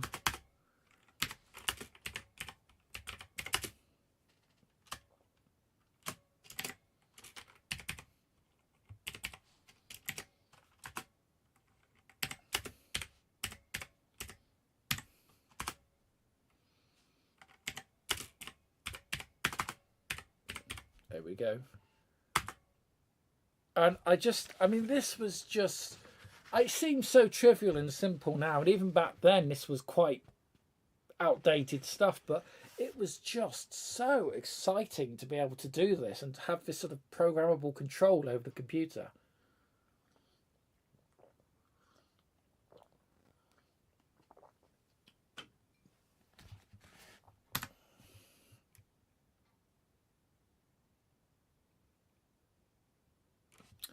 Anyway, so what we'll do, because this is a little bit boring, but we'll skip on a bit. So it talks about programming techniques. I never really got that as a child. I understand it now. That makes perfect sense. But at the time, I didn't really get it. But you worked through the program. Now, this is a bit misleading, right? I'm going to show you this one. So I didn't realise that this was just sort of demonstrating the concept of a program. I actually thought that was a program. So I actually typed that in, and surprise, surprise, it didn't work. And so there was some of this that just didn't quite make sense, if you know what I mean. If we go down here, so we've then got things like input, output. So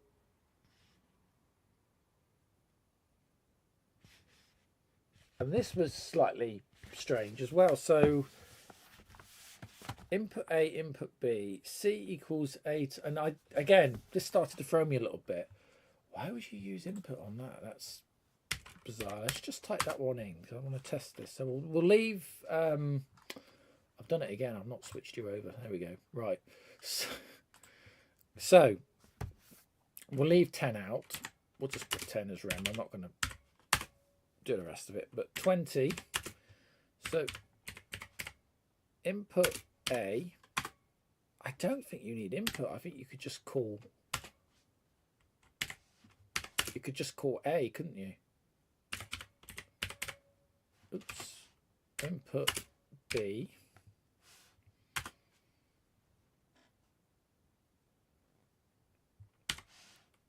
.40 C equals A divided by B.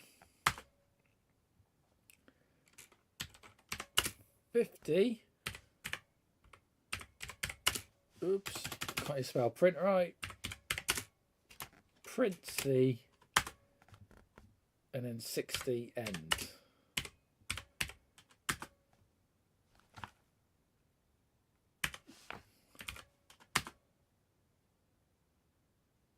Oh, I know why. Damn it, because hang on, we've messed that up.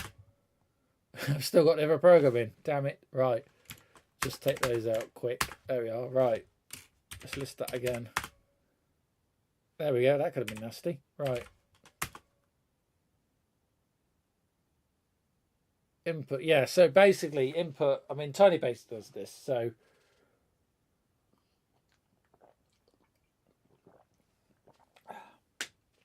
excuse me. So we get to eat. Right. So it basically input A. So you just add a number to variable A. So let's just not really simple. Let's just say 20. B will be 10,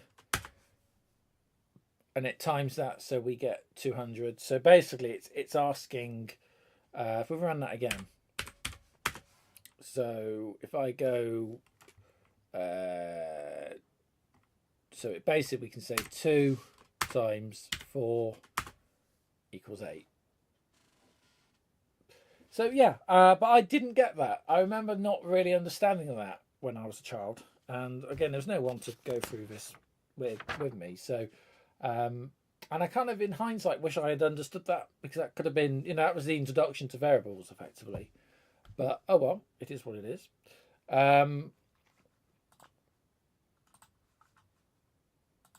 Right. So, and then we let's just go back. Remind me to make sure that you can see this. So that was this program. And then we actually went on to graphics, and this was the introduction to the graphics modes of the computer. Bear in mind, this was the book that I tried to use to make that terrible DD Writer program that I showed you 10 days ago, that we tried to get working over on the Agon. And this is basically what we were trying to do. And this bit was fascinating. This was the introduction to graphics, but it kept calling VDU24 statements. So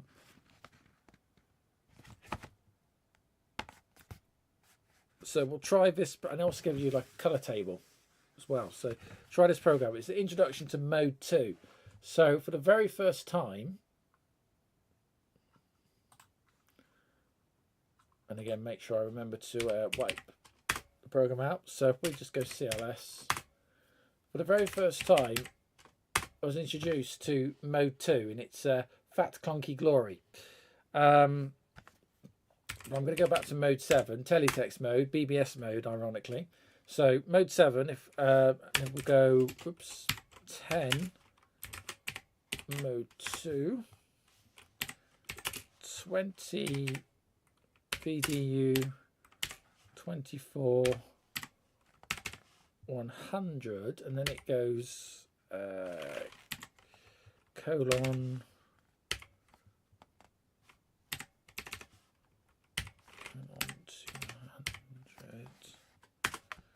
30 G-col, so graphics color 0 129 40 CLG.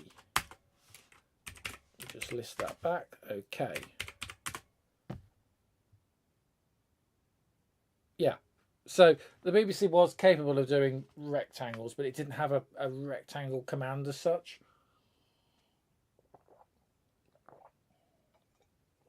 Basically, it had what were called windows.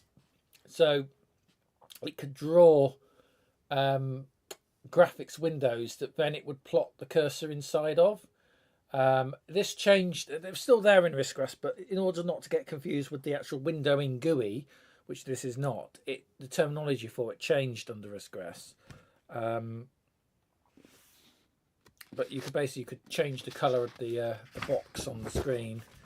And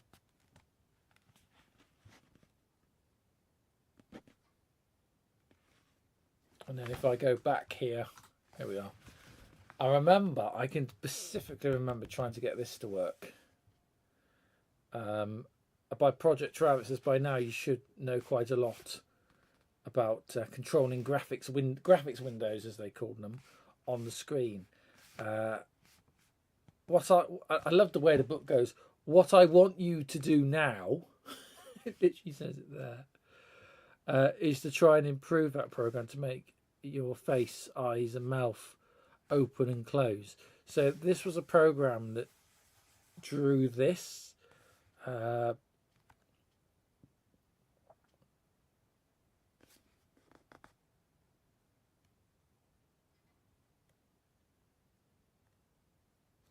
So yeah, I could try this one, I guess. I never really got bits of this book never quite worked properly for me. But let's go new again. Let's remember to switch you over. This is why I wanted to do it in split screen mode, really, and I should have set that up, but never mind. Right. So mode 7. Let's just get this one in quick then. So new again. Make sure we are new. Right.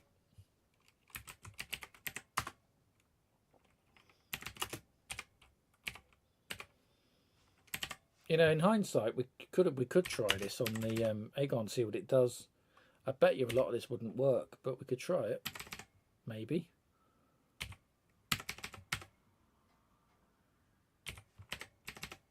Okay. 30.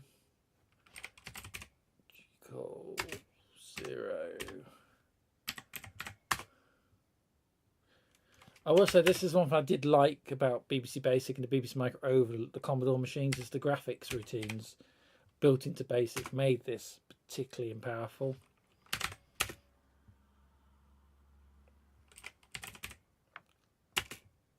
G-code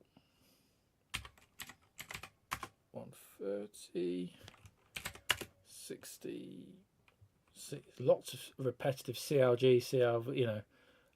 Instead of CLS, CLG, clear graphics.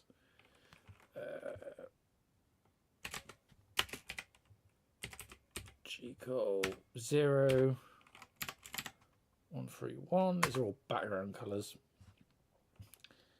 80, CLG 90, and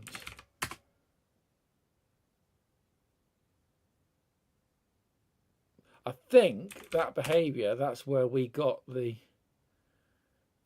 strange setup. Is that all it does? Yeah, okay.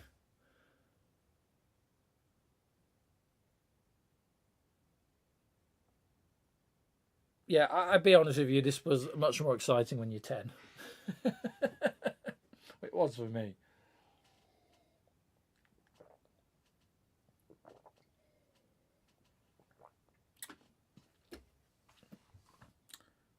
I mean, we do know with the Aegon that this CRG stuff doesn't work. We know that much. So I think a lot of this graphic stuff we are going to struggle with. Being completely honest, some of this might work. So I'm wondering if it might be more of a valid. I need to shut this down, but it might be more of a valid test. He says, thinking about it, if we tried, if I find what I do on that. So I've been pulling plugs out while we've been on there as well. Put this monitor plug back in.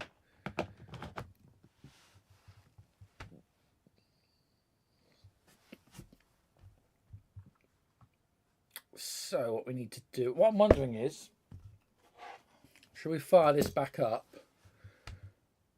and try some of the, I should have set it up beforehand, but I think I've still got everything lying around somewhere. So such as the HDMI or VGA to HDMI adapter, and then we just need a power supply for that, which we can power off over here. That's not a problem. So what I'm thinking is, should we fire this machine back up, try typing into this as opposed to into the basic emulator for the BBC, and see what the kind of like the behavior is. What we need to do first of all is just shut down. So I don't know if it'll do it. I think it might do it. Just going to shut down the Orange Pi a minute so we can clear that out. That shuts down so easy. Really nice machine, the Orange Pi 800. Going back to our beginning conversation about Raspberry Pi clones, I still think that's a better machine than the 400. I still think it's actually better than the 500 from Raspberry Pi. Again, just the connectivity is a little bit better. Onboard sound, headphones. There is a little microphone in it. And I use that as my development machine for tiny basic computers, actually. So, and sometimes, and it's over here tonight, so that's why it's not powering the monitor, but it also is normally hooked into that monitor, and it does the picture that you normally see, the graphics for the channel or what we're doing is usually driven off that machine, but because I've been using it, that's why it's over there. Anyway, right, so let's just pop that over there. Pop. So that's our get the right around. Right, that's for the capture, like so. And we need some sort of something that resembles a power supply. What do we need? USB-C. So we could just use what we were using a minute ago. We could use the Orange Pi supply, should be fine. That's USB-C. And again, it's just a little bit awkward to get this to fit, but there we go. Don't want to power up straight away. No, I don't want to power up straight away. Thank you. Right, turn that off. Keyboard. Now you need it has a USB port, but it needs a PS2 compliant keyboard, which this one is. Right. I think that's everything. So hopefully, bit of luck. As long as we haven't crashed anything else, this should work. So let's turn that back on.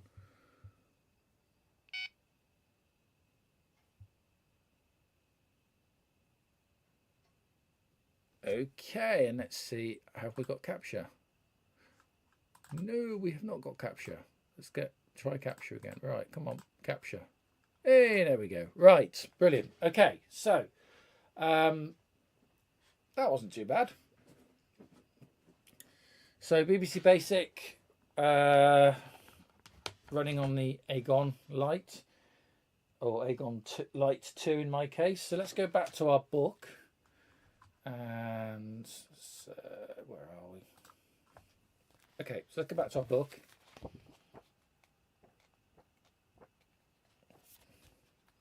So there is some stuff that is simply not going to work. There is a thing here on discs, which I remember we did this. In primary school. The 5.25-inch floppy. Movement on the screen.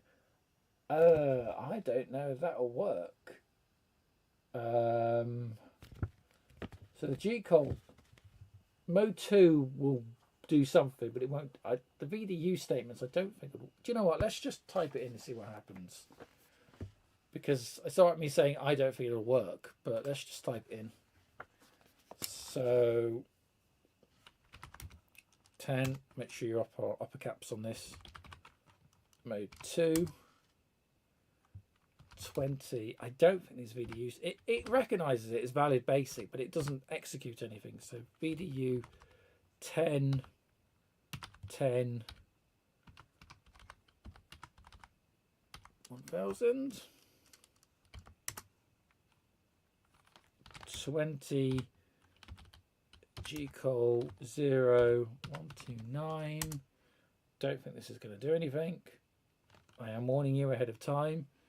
40 CLG, 50 draw, 500, 500, 60 draw, 500, 600, 70 draw, 600, 600, 80 draw 600 500, 90 draw 500 500, 100 end. Okay, just list that back. Oops, run.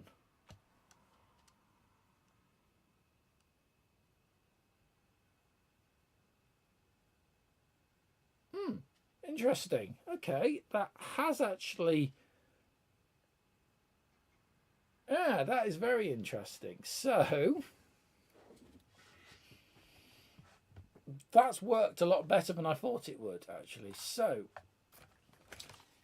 running that program, if I show you here, so that's the program listing, and that's what it produces on the BBC Micro. Okay, and if you look at what we've actually got, we have actually got that. That has sort of worked.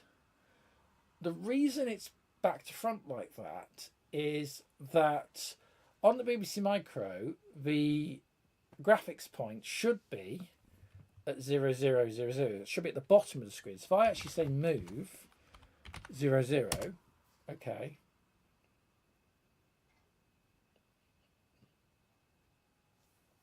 And then draw to 100, 100. You see how we're now down the bottom where we should be?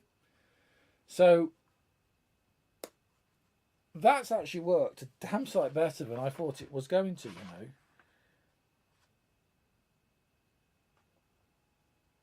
A damn sight better. So I just, in that case, if we got time, how are we doing? 10 o'clock.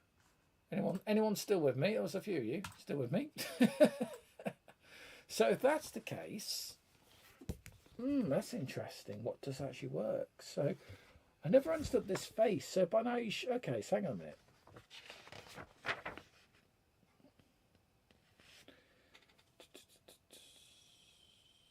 Okay.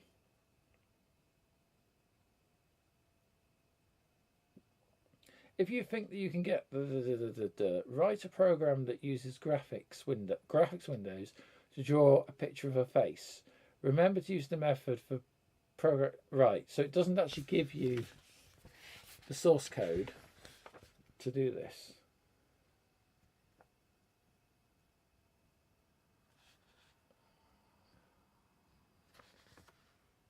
Okay, so that's the one we tried on the emulator.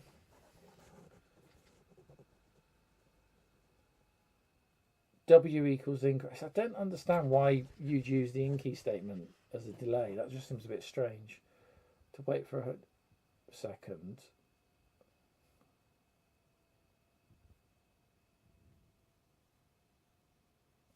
You know what? Let's try just off the bottom of the screen here, but let's try this one here. Let's see what that does.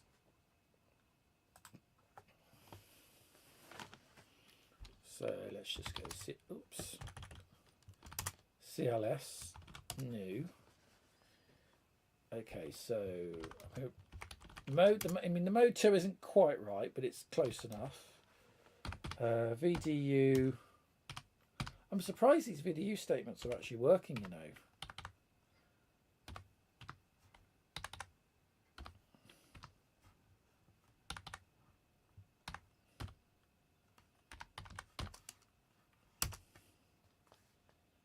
Well, the graphics ones are working, is what I mean.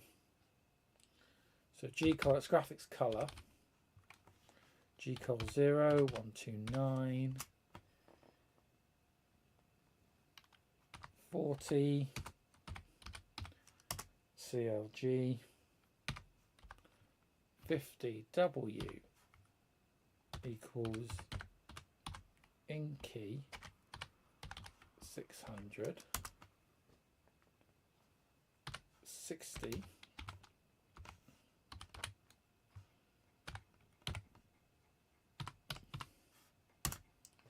131 70 CLG 80 end. Just make sure we list that back. Okay, let's try that one, see what happens.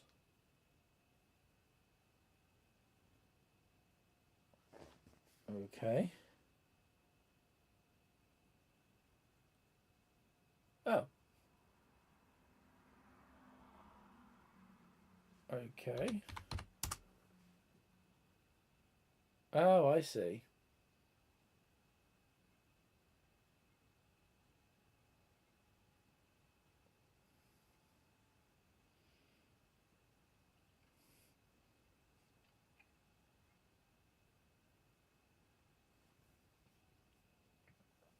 Basically, there wasn't a delay command or wait command. In later basics, you got a wait command, which, yeah, or was it wait? Oops. Wait. That's the second of thousand array. Okay. There was a delay await command in later basics. It might not be implemented in this. Yeah, that's interesting, I have to say.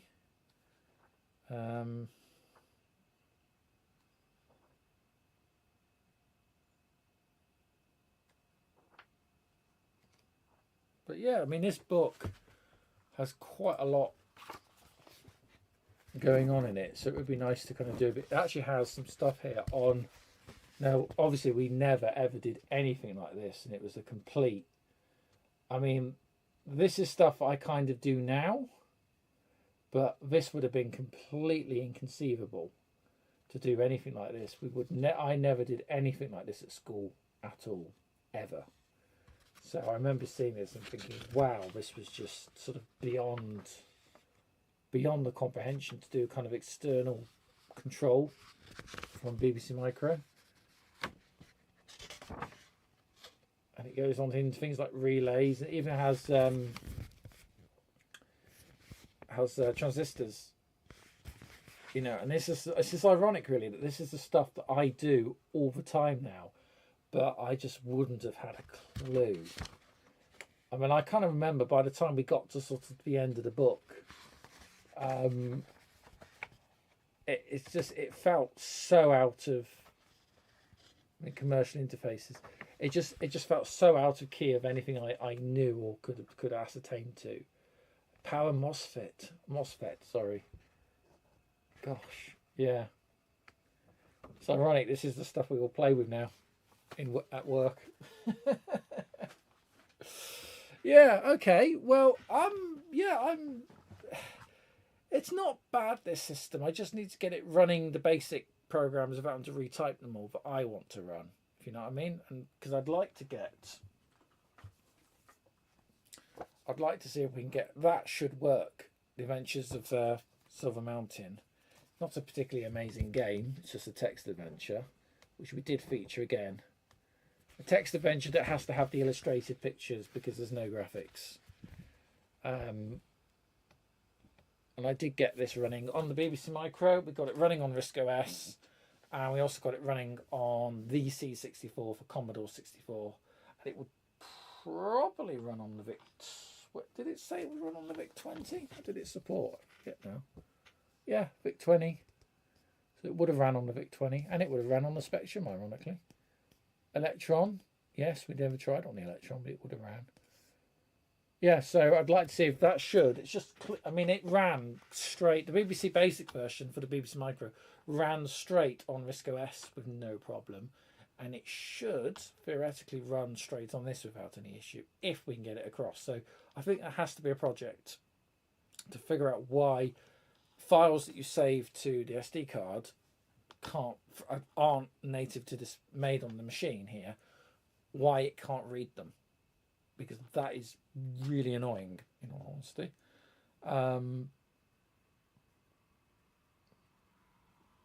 In fact, while I'm thinking about this, let's save that. Hang on. We'll just call it col file. Okay, so that's now saved to the SD card. Oh, and Brian just said, got you some info. This is about the BBS stuff.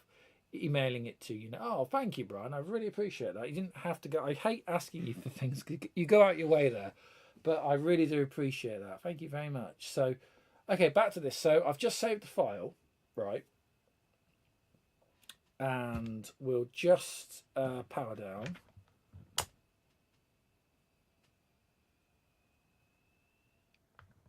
Okay, right, that's powered off. So we'll take SD card out. So it should be, the file should now be on that SD card. Yeah?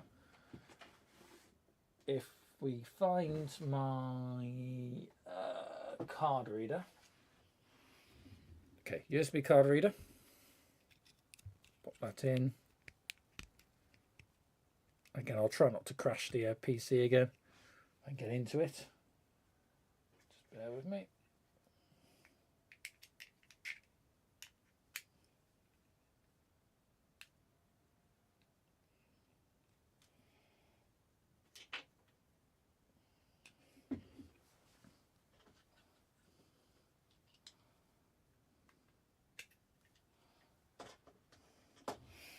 Sorry, I got stuck. Right.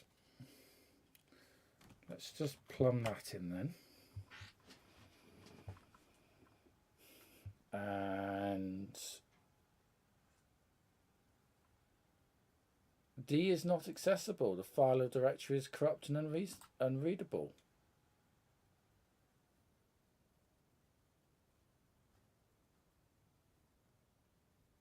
Interesting. Really? So Windows did not like that at all. Let's just try that one more time.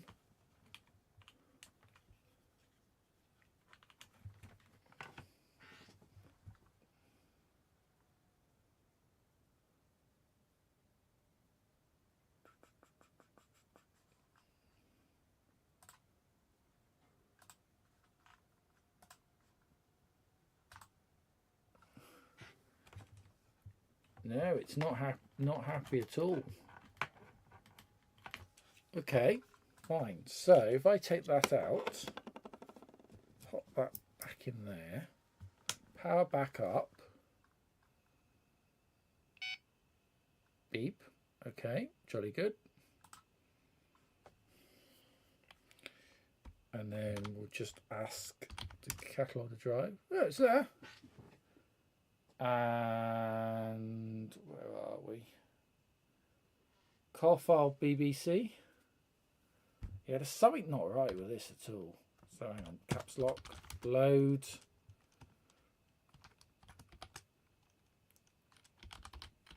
Car file .bbc.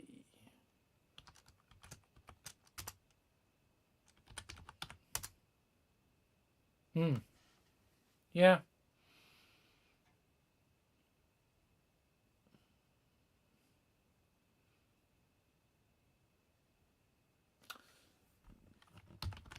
Yeah, if I try and load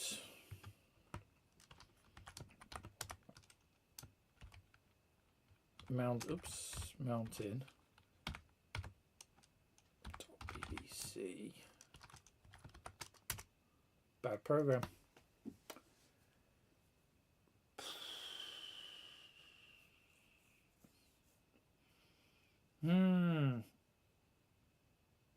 I need to figure this out. I hope I can figure this out and there's actually a solution to this, because yeah, that's going to be, otherwise what's the point of having, other than save? Yeah, you need to be able to do some development off the system, really. Yeah, it's been a bit, the SD card system on this has been extremely finicky, and I didn't get it to work straight away. I've had a lot of issues, as you know, with Olimex products. The other Olimex board I've got, the SD card just cannot get it to work at all. It's very, very frustrating. But yeah, okay. Right, well, I think we'll probably think about leaving things there for tonight. So yeah, it's been interesting night. A few things I just want to catch up on. We'll do this same time again next week from around 2000 hours GMT. Probably be doing more of this kind of if I can make any progress with the Aegon system, we can actually try and test some basic out that actually works. That would be good. I said a fair few things coming up on the channel that I want to get done, and I do want to get back to doing more of the development work for the tiny basic systems that I want to be working on. Again, there's some ideas of some stuff that I don't want to formally talk about right now, because I want to do some groundwork. But it's just my problem is finding the time, as I said, to do the groundwork for some of the projects I want to do. But there's a good few and very interesting things coming up, including a potential show coming up, which I'm hoping to be at in the Midlands, coming up in March. So it'll be one I can commute to from home. So just keep an ear to the ground for that. I'll tell you more when I'm allowed to, but it's coming up in March. Hoping to do what should be quite an interesting show, relatively locally. So just before we go then, a quick reminder. Once again, thank you for your company this evening. Before we go, just a reminder and a thank you there is our Patreon and YouTube channel members. You can join them by going to patreon.com/Wi-Fi Sheep, or alternatively you can click the join button and you can join right here on YouTube.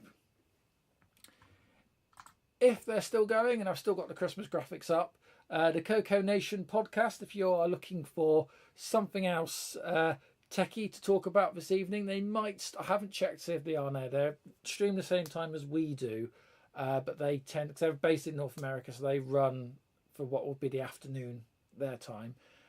So it's well worth a listening. The Coco Nation podcast, there's the address, youtube.com/@the Coco Nation. I have been on that show a couple of times myself, so it is well worth a listening. It's a great little show, really. Even if you're not particularly interested in the 6809 series 8-bits, like the Tandy Color Computer or the Dragon 32, it's still worth it just because it's 8-bit computing, and it's interesting to see what that community are actually getting up to.